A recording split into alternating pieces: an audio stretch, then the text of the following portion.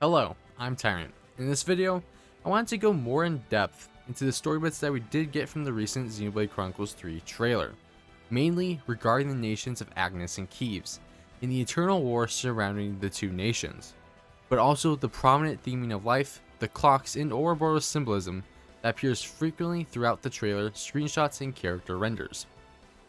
If you want to hear about a specific topic though, there are timestamps for whatever information or theories you seek.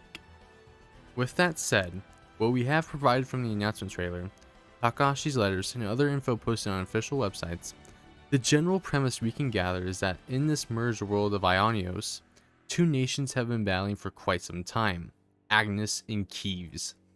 Agnus being a nation proficient in ether and autonomous technology, and the colors are representative of the Aegis sword, whereas Keves is mechanically adept, and its soldiers pilot mechs with colors symbolizing the Monado. Most importantly though, and what could be the origin of conflict between both nations, is the role Klaus played in their development. And as we'll see, Keves comes from the world of Xenoblade Chronicles 1, while Agnus comes from Xenoblade Chronicles 2.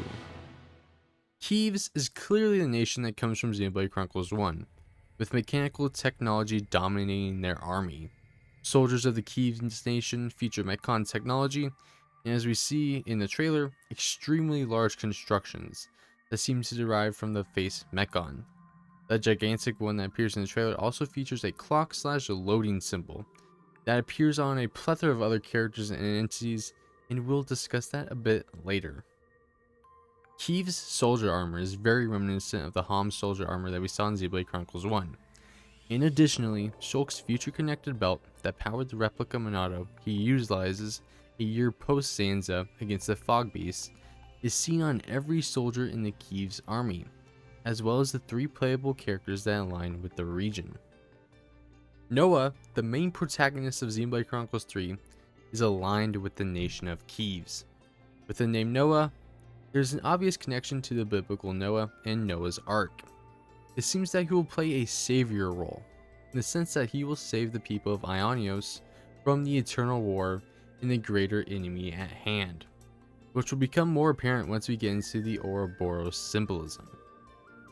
Noah does wield a sword that is reminiscent of both Monado Rex and the Aegis sword, specifically Pyra's, making him this unifier between both Xenoblade 1's world and Xenoblade 2's world. There's a clock located in the circular center of the blade, where Monado arts would typically appear, but blue ether lines that line each side of the blade similar to other swords of Keves' soldiers. Most interesting, however, is that the sword opens up and displays a green ether light when used, similar to that of the Pyra sword. Now, this is very interesting, as from what we know, the green lighting is associated with the nation of Agnus. It potentially foreshadows what role Noah's character has in the fight between these two nations. There are two other playable characters from Keves that are of distinct races in the world of the Bionis and Mechonis. Lanz is an ally of Noah's who wields a greatsword that also acts as a shield. At first I thought he was Indoline, but he's very clearly Machina in the close-ups, with the different variations of grays, gold lighting in the red eyes. Potentially, Lanz has both Homs and Machina blood, making him appear more human-like, or what we thought was just part of the Machina bodies is actually removable. We also have Eunie, who is a high Entian character, but at first glance you can tell instantly that she is very much part Homs with the blonde brownish hair, and the high Entia bloodline has been diluted by the time that Xenoblade 3 takes place. With this, there probably won't be any Teletia appearing in 3 unless there are remnants from the events that take place in Xenoblade 1, or Taion just hasn't cured them yet. She's also a childhood friend of Noah and Lanz, which is very important to note, as it seems they were raised together, meaning that through the interbreeding of the races, they have lost their ability to live significantly longer lives. Leading the people of Keves is our first returning character, Melia Antiqua, from Xenoblade Chronicles 1, who looks significantly older in this game. Now, last time we saw Melia, she reclaimed the Sea of Alchemoth at the end of Future Connected, and appears to still hold that seat, which makes sense given how old High Entia can actually get. Now, the line Melia says is very important regarding the Ouroboros, and we'll discuss that later, but she says, Ouroboros abhor this world, which has several implications for the plot of Xenoblade Chronicles 3. The nation of Agnus seems to stem from Xenoblade Chronicles 2 Allrest, where Ether was extremely prominent, whether it be blades or the autonomous sovereigns within the world tree, which many of the weapons wielded by the Agnus soldiers appear fairly similar to that of the blade weapons, and likewise, the mobile weapons of Agnus appear similarly to the sovereign entities within the world tree, but also even potentially artifices. What further establishes that Agnus stems from the world of Xenoblade Chronicles 2 is that 2 out of 3 of the playable characters that side with the nation of Agnus are blades.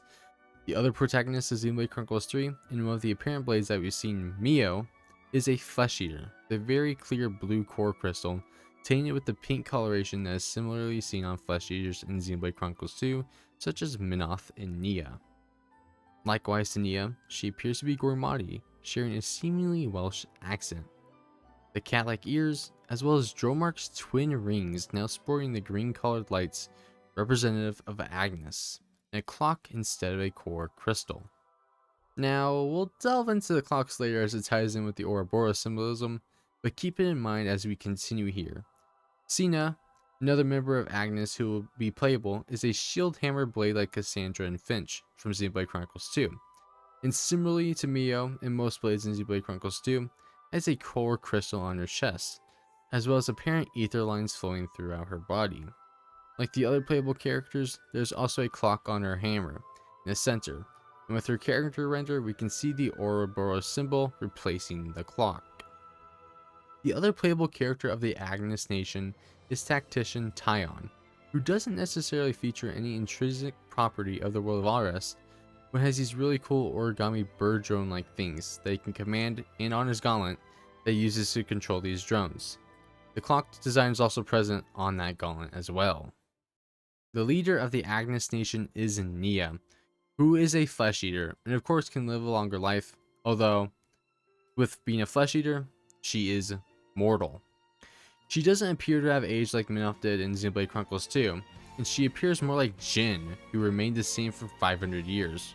Grant, Jin is the strongest flesh eater bar none, and easily has the strongest resonance, that being his driver Laura, which can be seen by the vivid red core crystal which he bears in 2. Nia's clothing also appears to be a combination of her driver outfit and the blade outfit, and she somehow ends up assuming the throne of the Xenoblade 2 nation. I recall that part of her upbringing was that she was royalty, and was brought up to be princess-like. However, things turned awry, and she became a flesh eater with her sister's death. So there is some merit to her assuming this role, we just don't know how she gets there, unlike with Melia. Now, with both nations established, Klaus had a tremendous impact on both nations, with him being a savior figure for Allrest, in the future Agnus, whereas for Keves, a selfish god in the form of Zanza in the Bionis. This is significant, as in the end of Xenoblade Chronicles 2, Klaus expressed guilt and regret for his actions, and sought to bring life back with his newfound powers as the architect, and in the conclusion gifted Allrest with the fabled Elysium. While we don't know specifics of how Xenoblade Chronicles 1 and 2's world come together, at this time, we know that the Titans essentially docked themselves into the new form land masses. Thus, the land Klaus did create must have formed a part of Ionios in some way with the remains of the Titans in both games. Now, the path for how both nations end up in conflict can go several ways, but the fact that even the foundation for Ionios stems from an entirely different Klaus than what the people of Keves nations experienced in the past will most likely have some effects in terms of the plot. We also see that all the main characters presented thus far feature a tattoo that can be seen in the logo for Xenoblade Chronicles 3. We don't know what this necessarily means yet, but it seems connected to Klaus and Zanza. The most interesting and mysterious takeaway from the announcement of Xenoblade Chronicles 3, I would say though, is the appearance of these clock-like symbols on every piece of weaponry in the game. What these clocks necessarily do in terms of gameplay, we of course have no idea, but in most mediums, clocks symbolize life and death, which, as the website for Xenoblade Chronicles 3 states, the story is a grand tale with life as its central theme. This makes more sense when you take into account both protagonists, Noah and Mio's descriptions, and role within their respective armies. They are both Offseers, in which they mourn for soldiers who've lost their lives on the battlefield. Eunie's character also refers to these clocks within the trailer, and although it's hard to discern what she exactly says, it sounds like, "What's good filling up these flickering clocks in our eyes? It'll never replace the friends we've lost." What good filling up these flickering clocks in our eyes? It'll never replace the friends we've lost. The flame clock, it has to go. This has major implications for the plot of Xenoblade Chronicles 3. Has the war between Agnus and Keves become essential to ensure that there's enough life taken to fill up these clocks? Does life need to be taken away in order for others to live? We can only theorize as of now, but it will certainly be one of the most important concepts within the plot of Xenoblade Chronicles 3. If not the most important. Things get more interesting when you take into account that these clocks change to the Ouroboros symbol when they are filled. First though, the Ouroboros symbol stems from ancient Egypt and Greece, and depicts a serpentine dragon eating its own tail. The Ouroboros has been interpreted as a symbol of eternity, as well as the cycle of life, death, and rebirth. What's also interesting in context of the roles of Noah and Mio is that their duty as Offseers in the flutes is that the molting process of serpents and snakes, which occurs via rubbing, symbolizes the transmigration of souls, which could refer to moving on to the afterlife or transcendence. In terms of the Offseers, the flute ceremonies they perform to honor the fallen soldiers certainly plays into the concept of moving on to the afterlife. However, in terms of weapons, the Ouroboros symbol could refer to a much stronger transcended state, where the weapons are potentially superpowered, which could be how it's implemented into the gameplay, as we've seen all character renders that if the clock is visible, it displays the Ouroboros symbol. Now, this is more of speculation on my part, but due to the symbolism behind the Ouroboros symbol, the Van Damme looking character could potentially be a reincarnation in some manner. But there's very little evidence to support this outside the Ouroboros symbolism. However, the Ouroboros symbolism seems to have negative connotation to it, as both Melia and Nia disavow it. Ouroboros abhor this world. They must be erased without a trace. Both these senses make the Ouroboros sound more like a third-party faction, rather than some sort of transcendent state as we discussed earlier. But it is most likely both of these are true, and that the Ouroboros poses some sort of threat to the war between the Keves and Agnus. And as the Van Damme looking character mentions in the trailer, it's the only way you're gonna defeat the real enemy. Potentially, the greater threat here has made it so that both nations are fighting an eternal war, and thus the need for Offseers to exist, with the sheer volume of people lost due to this war, has gone on for a very long time as Noah describes. Fighting in order to live, and living to fight.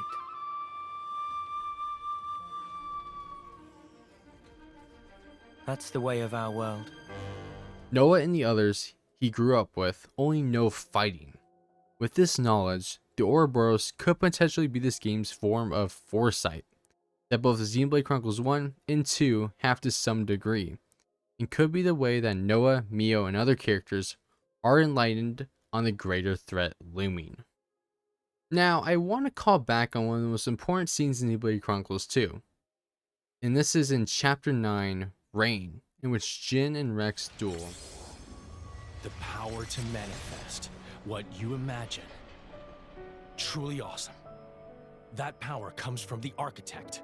Why do you wield it for mortal's sake? To get to Elysium! And then what? Open it up to humans? Share it out between them? Do you even need to ask? Obviously! And then what? Can't you see where that leads? What are you saying? Humans will make Elysium into another Mortha, just as they did with Torna 500 years ago. With this, you can see Jin's fear, and that is an eternal cycle that continues and doesn't stop. Jin witnessed a supposed savior with Adam and Mithra, but regardless of Malus's defeat, his home nation was lost, and the people he loved died because of the Aegis' actions.